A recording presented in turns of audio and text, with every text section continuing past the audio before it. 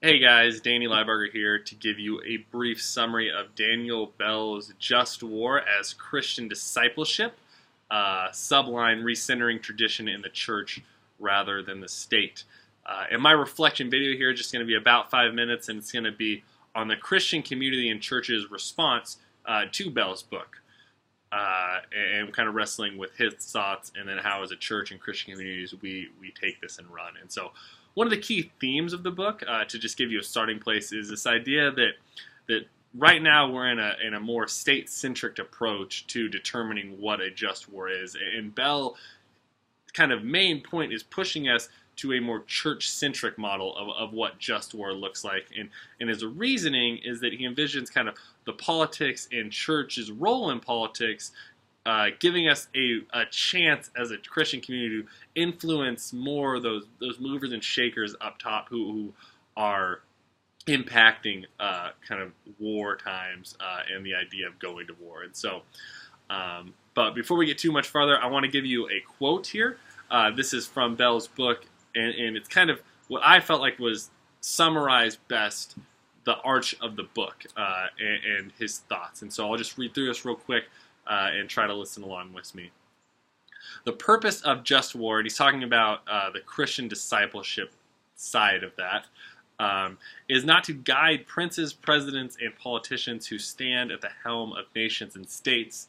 It's decidedly not a public policy checklist.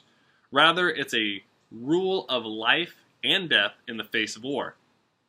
The first function of just war is not to guide modern states through the turbulent waters of international politics. Rather, its a function is to guide Christians, including Christian politicians, in loving God and serving their neighbors faithfully in the midst of wars and rumors of war. To put matters perhaps more blunt, the principal concern that drives just war is not our nations doing the right thing, but is the church, are the people of God, and the purpose of just war, Christian discipline, is to guide the church faithfully in following Christ. And so, if that's the overarching idea, and the question is, are not nations doing the right things, but are the churches doing the right things? The question then is, what does this look like then for the church to do the right thing, right? Like, how do we live that out?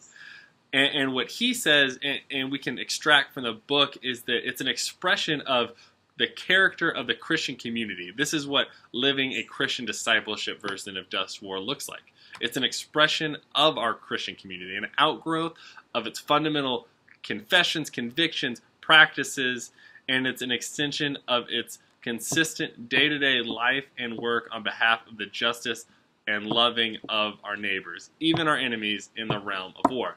So that's a quote directly from the book. And so that's what Bell kind of tells us it looks like, but the practicality is kind of, what do we do, though? That's where I think the question lies most for me in this reflection video, is if it's about loving our neighbors, our enemies, and the ones we love in the time and realm of war, what does that look like? And what I personally took from the book was the idea of, it looks like involvement. And going back to that initial statement that we're trying to influence those in politics and the movers and shakers, and it's not about guiding presidents, but it's about what the church's role in influencing those people is.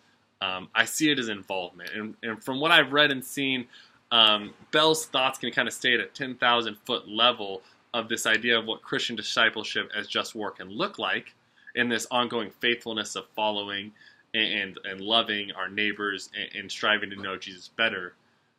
But the church needs to be involved to make it a theologically sound and practical, applicable way. And I think that starts through good theology and involvement in social acts and social justice. Because for a long time it seems like the church has attempted to kind of distance itself in some of those areas that may be more sticky. But involvement for me was kind of the main key of where I felt like, if we're going to do something with this, what is the call to action? The call to action is truly to just sit in the involvement, good or bad. And that's kind of where I left off. So I hope this is a little helpful. And with Kevin's video, kind of reflecting on some parts and then giving an overarching view of this, plus our little 2-page creative, hopefully we give you a good picture of Daniel Bell's thoughts here in Just War as Christian Discipleship. So thank you for listening.